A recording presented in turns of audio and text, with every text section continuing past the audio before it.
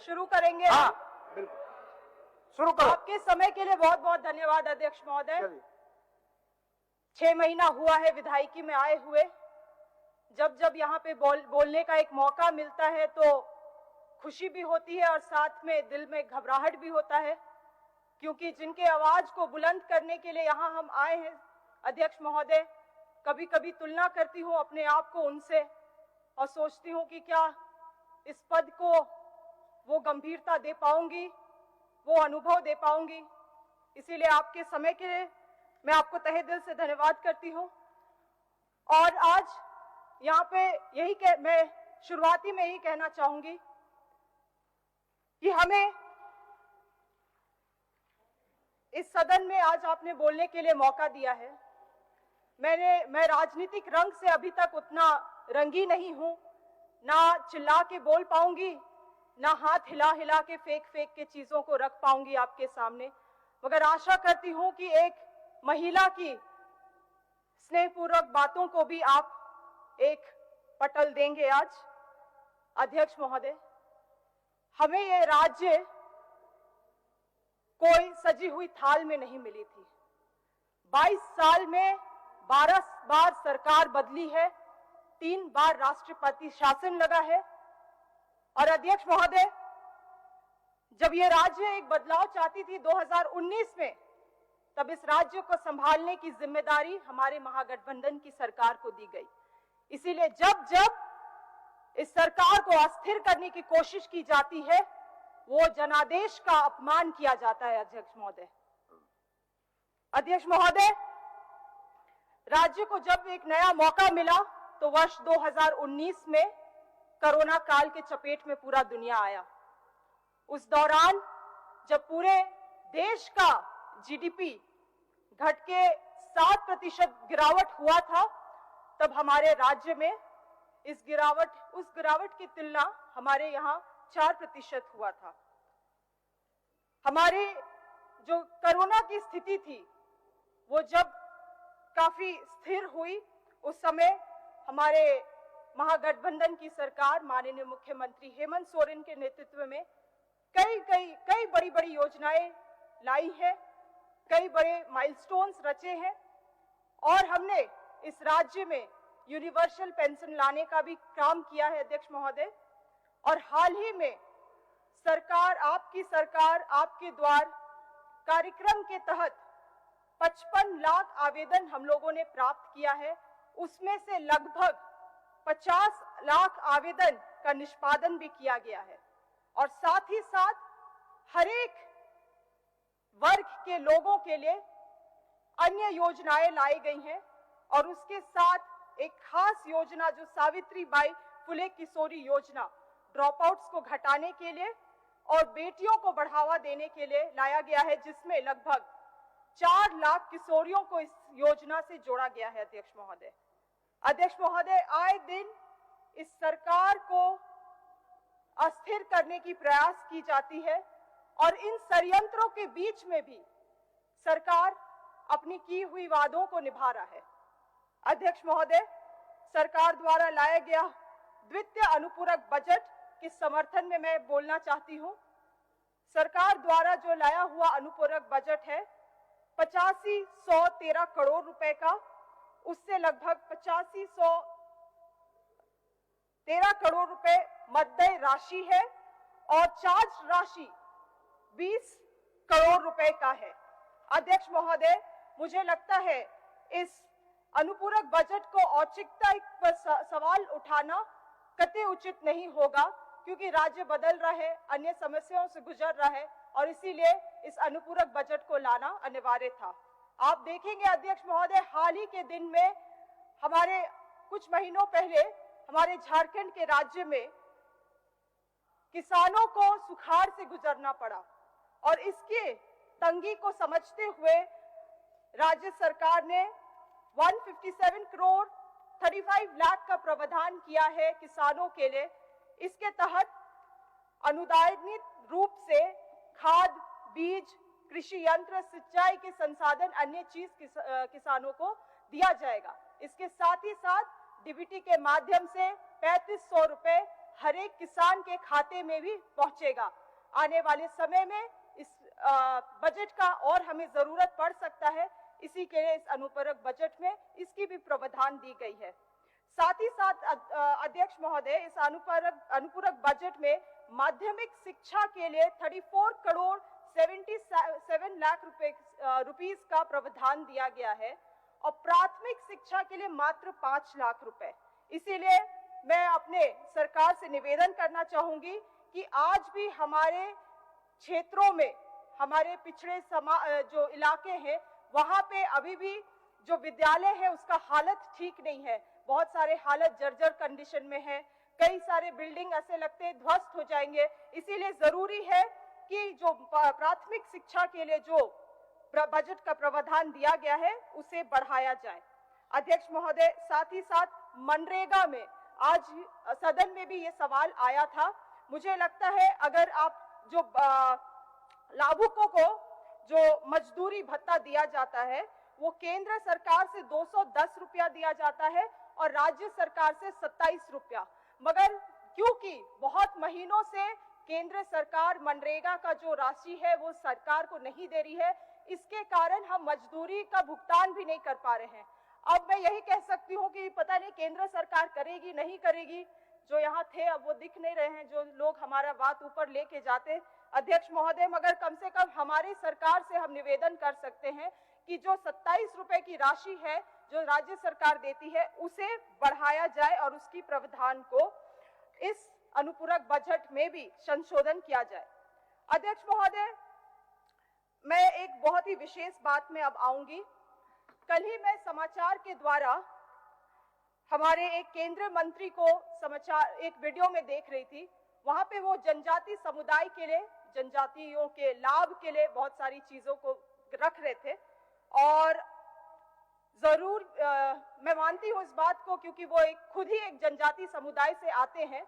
वो जनजाति समाज को लेके काफी गंभीर है और राज्य के मुख्यमंत्री भी रह चुके हैं, तो आशा करती हूँ इस राज्य के लोगों के लिए उनके राज्य के प्रति उनका खास लगाव है। अध्यक्ष महोदय, वो अपने भाषण में एक ऐसे प्लान के बारे में बात कर रहे थे जिसे कहा जाता है ट्राइबल सब प्लान। आजकल उसे एसटी कंपोनेंट बोल के भी जाना जाता है। अध्यक्ष महोदय, मैं थोड़ा सा समय लूंगी इसका ब्रीफ आप लोगों को संक्षेप में बताने के लिए। 1974 में और 1975 में कांग्रेस ने ट्राइबल सब प्लान बनाया था आर्टिकल 275(1) के तहत। This was for the development of areas having tribal concentration.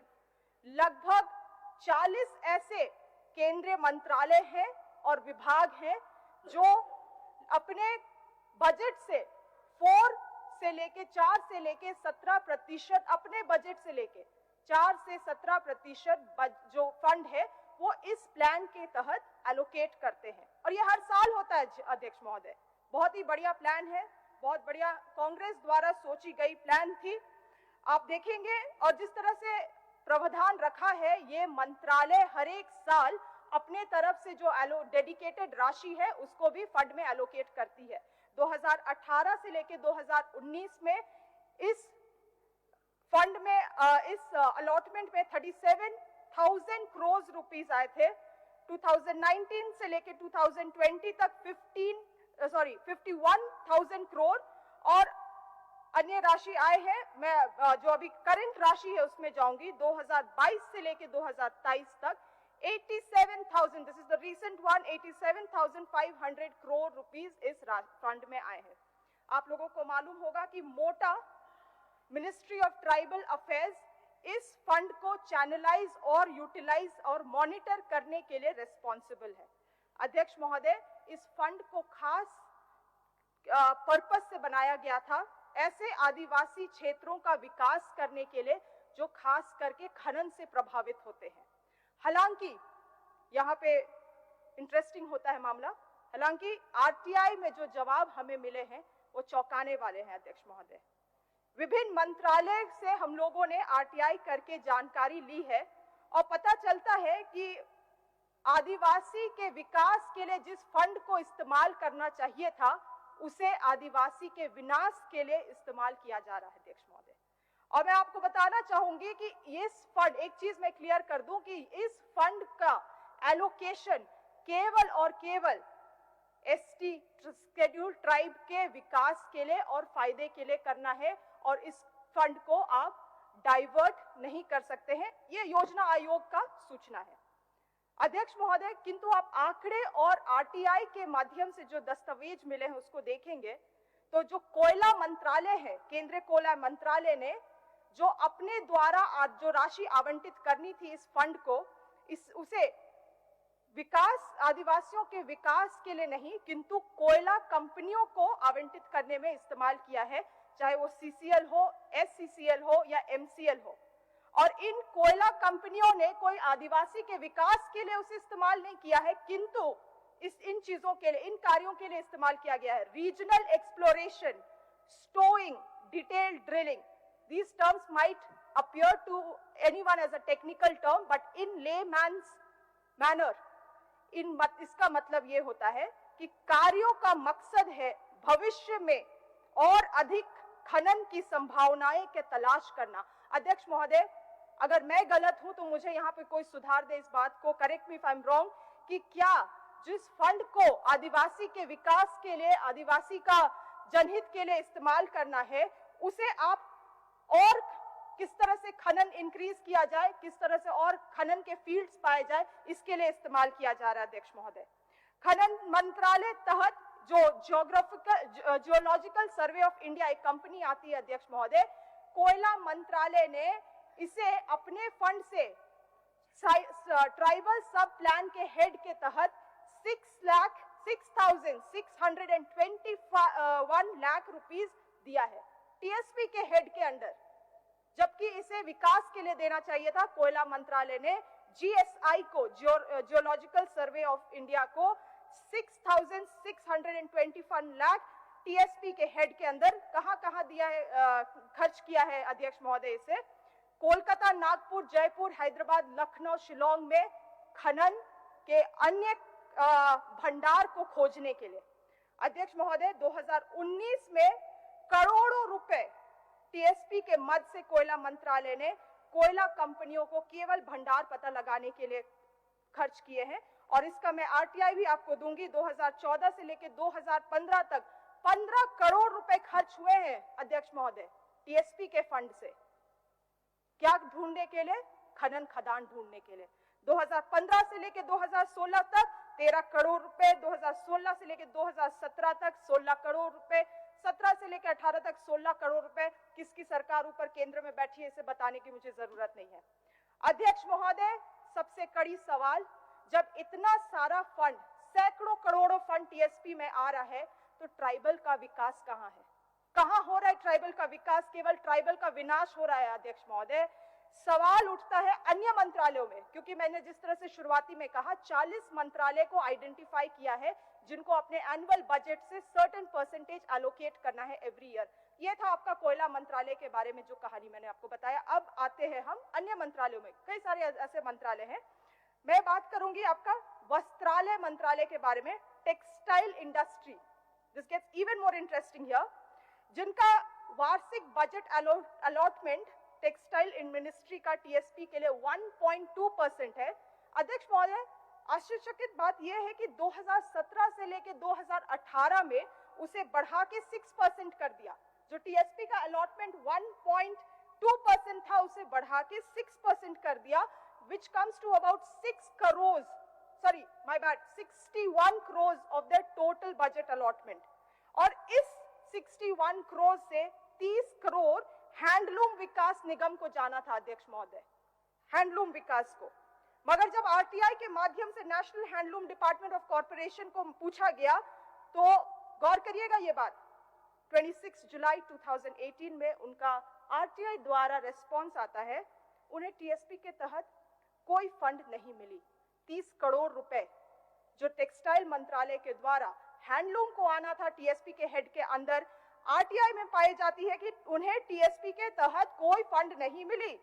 अध्यक्ष महोदय, 2017 से लेकर 18 तक नीति आयोग के वेबसाइट में दिया गया हुआ है कि 20 संगठनों को लगभग 1 करोड़ 1.47 करोड़ रुपीस जारी की गई है टीएसपी के हेड के अंदर। मगर जब आरटीआई किया गया तो खुलासा हुआ कि 4 संगठनों को लगभग 18 लाख रुपए, मात्र 18 लाख रुपए मिले गए हैं। मगर नीति आयोग में के वेबसाइट में क्या लिस्टेड था? 1.47 crore rupees under TSP head. अध्यक्ष महोदय, 8 अगस्त 2018 में माननीय सदस्य 2 मिनट आप कंक्लूड करिए। 2 मिनट से 2 minute thank you very much. RTI handloom weavers comprehensive welfare scheme ने टीएसपी के अंदर एलआईसी और आईसीआईसीआई लोम्बार्ड को हैंडलूम वीवर्स के लिए जो बुनाईकारी होते हैं उनके हेल्थ बीमा के लिए फंड एलोकेट किए गए। जब मगर परेशान करने वाली बात यह है कि 2013 से लेकर 14 तक जो बीमा कवरेज 1.6 करोड़ रुपीस का हो रहा था, 2013 से लेकर 14 तक, उस समय कांग्रेस की सरकार केंद्र में थी, उसे घटा के 2017 से लेकर 18 में 32 लाख रुपीस कर दिया गया। इसका यही मतलब हुआ या तो बेनिफिशियरीज गायब हो गए, या तो 80% बेनिफिशियरीज बेरोजगार हो गए, या तो इस स्कीम को बंद कर दिया गया। अध्यक्ष महोदय, ज्यादा समय नहीं लूंगी। आश्चर्यचकित करने वाली ये बात है कि यह केंद्र सरकार से छुपी हुई डेटा नहीं है। मोटा मिनिस्ट्रीज ऑफ ट्राइबल अफेयर ने इस सवाल को 2015 में भी उठाया था, ये पूछते हुए कि इस फंड का इस्तेमाल कहाँ किया जा रहा है, मगर आज तक इसमें कोई भी छानबीन नहीं हुआ है। और अध्यक्ष महोदय, मैं बस यही पूछना चाहती हूँ कि केंद्र सरकार को आदिवासियों के प्रति कोई नैतिकता है भी कि नहीं?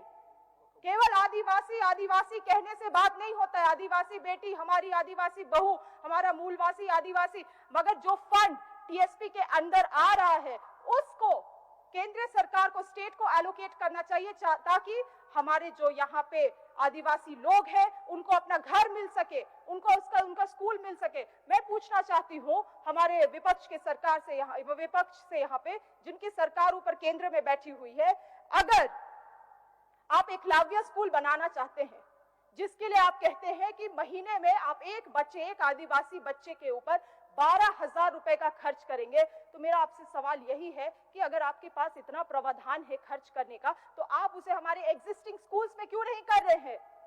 क्योंकि हमें और आरएसएस के विद्यालय नहीं चाहिए। आदिवासियों को वनवासी मत बनाइए। हम वनवासी नहीं है, हम आदिवासी है, आदिम जमाने से है और आदिवासी रहेंगे। इस बात को कहते हुए धन्यवाद। बहुत बहुत धन्यवाद।